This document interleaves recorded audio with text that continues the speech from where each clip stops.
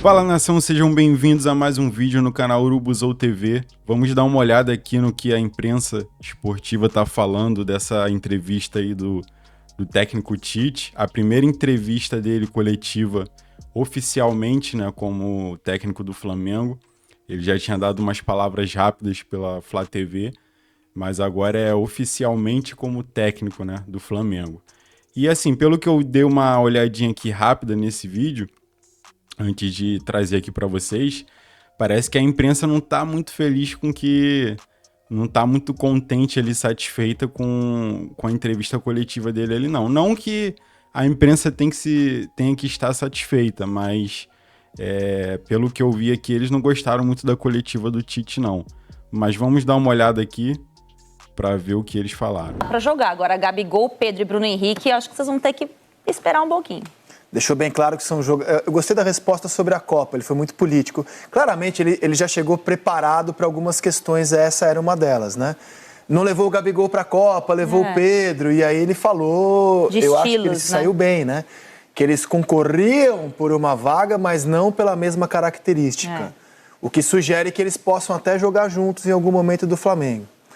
E aí, o que você achou, Jéssica, das primeiras palavras do novo treinador rubro-negro? O Tite ele tem uma facilidade enorme de estar preparado para todas as perguntas e questões que vão aparecer. E acho que por isso que ele consegue controlar muito bem o grupo e o grupo confia nele, porque ele se sai muito bem, ele se expressa muito bem, sem gerar nenhuma crise, né?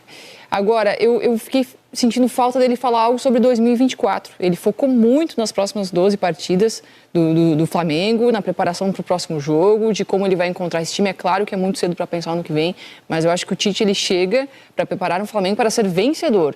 E o Flamengo vencedor é a partir de 2024, não é nesse ano. E passa por muitas questões de renovação, né, de renovação de grupo, de saber quem que deve permanecer, quem que ainda é competitivo, qual o estilo de time que ele quer. E ele meio que delegou isso na resposta, né? Tem uma hierarquia aqui e a gente respeita essa hierarquia e é natural que ele responda dessa maneira, mas internamente ele tem que já dar uma analisada no grupo e pensar assim em 2024 a partir de agora. O Flamengo precisa dessa renovação de ares, de novos jogadores, de jogadores que consigam entregar fisicamente, com uma equipe competitiva e que quer disputar todos os títulos como o Flamengo precisa. Então, eu senti um pouco de falta nisso, mas eu entendo que ele não tenha querido falar sobre isso para não gerar nenhum desconforto com seus jogadores que agora estão no processo de assimilar e acolher o treinador. Em primeiro lugar, eu acho que essa cena que a gente estava vendo ali enquanto você falava, a gente estava vendo de fundo ali no telaço, de pessoas pedindo autógrafo, tirando selfie com ele. Assim, de uma certa forma, essa é uma entrevista morna, uma entrevista insípida, né? Mas foi dinâmica, pelo menos, né? Não foi rápida, não foi aquela coletiva arrastada. Foi rápida. Mas um pouco pelo formato, né? Que a gente deixou os jornalistas, digamos assim, em minoria, né? Hoje a gente tem muito mais o influenciador, o fã, que está lá fazendo perguntas, levantando a bola, coisa e tal. Então fica muito fácil você sair numa entrevista dessas praticamente sem dizer nada. Me chamou a atenção que uma das respostas que mais, que eu tinha uma curiosidade, ninguém fez a pergunta específica, né? Ele mesmo já saiu falando sobre o porquê que ele estava entrando, começando um trabalho pela metade, digamos assim. Primeiro o Landim falou sobre isso e ele corroborou as palavras do Landim. Exatamente, olha, eu não queria isso aqui, né? Eu preferia começar no início do ano, mas o clube tem necessidade, a gente vai lá e faz, né? Ótimo. Essa seria uma pergunta de jornalista, vamos dizer assim. Então, esse formato de entrevista coletiva é um formato que um pouco favorece o jornalismo, né? Porque alguém faz uma pergunta um pouquinho mais contundente, né? Aí você não responde, o natural seria vir alguém em cima, não, espera um pouquinho, você não respondeu aquilo, coisa, não é assim que funciona. É alguém que vai lá e levanta a bola depois. Então ele vai saindo. Nesse momento, o Tite faz uma entrevista um pronunciamento completamente político, sem se comprometer, falando de equilíbrio, conceitos gerais, assim, né? No final das contas, assim, saímos. Eu entendo do ponto de vista do Tite e do Flamengo isso. Entendo, embora o meu desejo seja ver o Tite falando de coração aberto, mas as coisas não são como a gente gostaria que fosse, elas são como são. O Tite, se você analisar, ele não dá nenhuma entrevista desde a eliminação para a Croácia. Ele não fala. E um dos motivos pelo qual ele não queria trabalhar no Brasil E assim, convites não faltaram, inclusive desse programa, para receber o Tite para falar de Copa. O Tite não quis. Primeiro porque ele ficou muito enlutado com a perda da Copa, entrou num casulo pós-mundial, não quis nem ouvir as propostas que chegaram para ele, como a da Coreia do Sul, do Equador, logo depois da Copa. E um dos motivos que ele não queria trabalhar no Brasil, é que ele entendia que ao assumir um clube nesse ano, ele traria o papo de Copa do Mundo para o dia a dia do clube dele. Por que o Neymar não bateu o pênalti? Por que o Pedro isso? Por que o Vinícius Júnior aquilo? Então, eu acho que ele se preparou muito para essa entrevista para aquilo que ele não gostaria de entrar nos detalhes. Copa do Mundo, seleção é passado na vida dele. Para enterrar, né? Ele não quer falar, não vai falar agora. E como treinador do Flamengo, dificilmente a gente vai ver o Tite falando de Copa. Sobre trabalhar ou não esse ano, que ele falou lá atrás, eu acho que ele se saiu bem, porque essa virou uma questão da imprensa. O fato de que uma vez o Tite prometeu que não trabalharia mais nesse ano, dizendo que, inclusive, se ele trabalhasse, ele falou num podcast, né? Poderiam chamá-lo de mentiroso. Ele acabou falando aquilo, mudou de ideia, todo mundo tem direito a mudar de ideia, ele passou rapidamente pelo tema hoje, como eu acho que deveria ter feito. Falou muito pouco, se expôs muito pouco. Eu vou pegar uma fala que eu acho que, assim, do que o Tite falou, eu acho que é o que mais dá para debater, que é essa daqui, ó. O treinador tem que se adaptar aos atletas e à equipe, e não o contrário. Por que eu acho que essa fala é uma fala importante? Porque foi o oposto do que a gente viu com o antecessor dele. O Sampaoli chegou na apresentação e falou a mesma coisa. Aliás, ele falando bem amigos, antes mesmo de ser treinador do Flamengo, que o treinador é que tem que se adaptar aos atletas e não o contrário. Mas na prática ele não fez aquilo que ele pregava. E acho que quando o Tite fala isso, acho primeiro que a prática dele é diferente do Sampaoli. Essa nunca foi uma questão na vida do Tite. Ele já jogou com 3 zagueiros no Grêmio, já jogou mais defensivamente no Corinthians, já jogou mais ofensivamente. Na seleção, então, era um time super ofensivo, basta ver a quantidade de atacantes que levou para a Copa.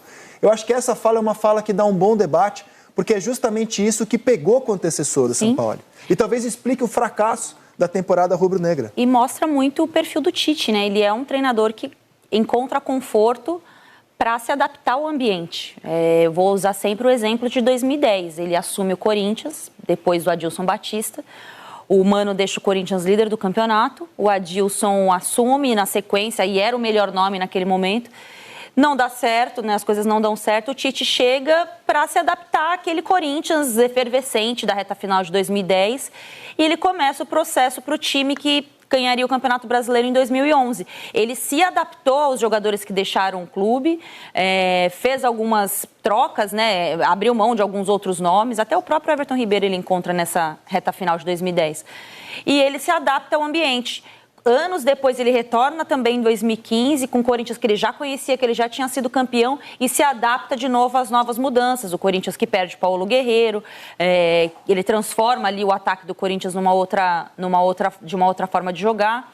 Então, eu acho que isso diz muito sobre a característica do Tite, né? Ele é um treinador que se adapta muito bem ao ambiente e faz com que o ambiente também se adapte a ele, né? Não de uma forma impositiva, porque ele é um cara muito agregador. Eu acho que esse é um dos grandes méritos dele nos inícios de trabalho, principalmente. Uma outra fala que eu acho que é digna de registro, assim, de debate, é quando ele falou dos objetivos ainda para esse ano. Precisa buscar vaga na Libertadores. Embora certamente exista gente que acredita numa reviravolta, que o Flamengo, que hoje é o 5º colocado, possa buscar o Botafogo numa grande reviravolta, que, por exemplo, o Flamengo fez em 2009, ao ser campeão brasileiro. Quando ele fala que o objetivo é a vaga na Libertadores, ele está colocando os pés no chão e acho que ele acerta, porque senão ele cria uma expectativa pela qual ele teria de responder depois, caso a loucura, porque seria uma loucura, loucuras acontecem de vez em quando, mas seria uma loucura enxergar uma grande reviravolta. Então ele tem os seguintes jogos para dirigir o Flamengo ainda nesse ano. A estreia dele será contra o Cruzeiro, fora de casa, nessa rodada de Campeonato Brasileiro. Depois ele enfrenta o Vasco, no Maracanã, como mandante. Aí visita o Grêmio. Olha como intervalos são curtos entre os jogos, dia 19, 22 e 25, quarto domingo. Aí recebe o Bragantino, com quem hoje ele disputa uma vaga direta na Libertadores. Aí depois recebe o Santos, sempre com intervalos de 3 dias entre os jogos. Aí encara o Fortaleza fora de casa, depois o Palmeiras em casa, aí o Fluminense do Fernando Diniz. E aí sim ele vai ter um intervalo, que é na próxima data FIFA. 10 dias depois do Fluminense, ele encara o América. Não.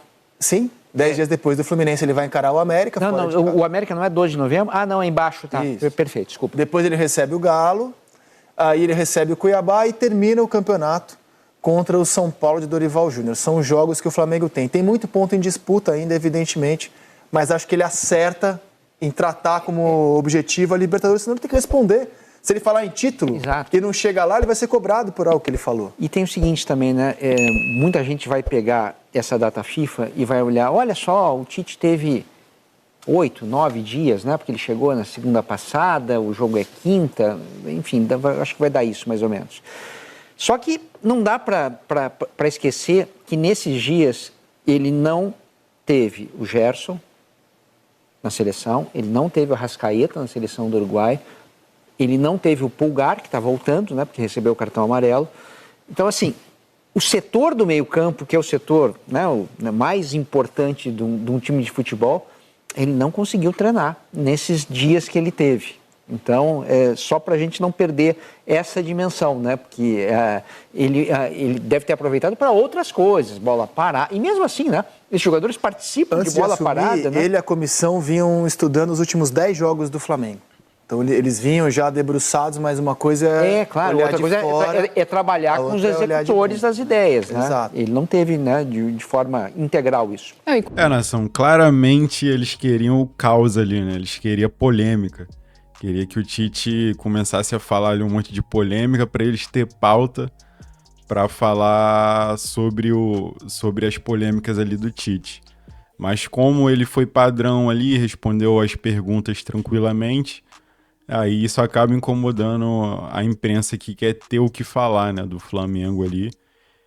Se acostumaram esse ano aí com as polêmicas que foram surgindo durante o ano, do soco do preparador físico no Pedro, da briga do Gerson e do Varela, então, da mordida do Marcos Braz, né, do torcedor. Então, o Flamengo protagonizou aí várias situações de polêmicas nesse ano. Então, a imprensa acaba ficando mal acostumada, né? Eles ficam querendo pauta ali para poder dar audiência ali no programa. Então, como o Tite foi bem tranquilinho ali, isso acabou incomodando eles. Mas é isso aí. E vocês, nação? O que vocês acharam dessa entrevista aí do técnico Tite? Deixem aí nos comentários o que vocês acharam. E eu vou ficando por aqui. Não se esqueça de se inscrever no canal, deixar o seu like aí, para estar ajudando a gente, que a gente está começando agora o canal. Então, isso já vai dar uma força legal pra gente. Vou ficando por aqui, valeu!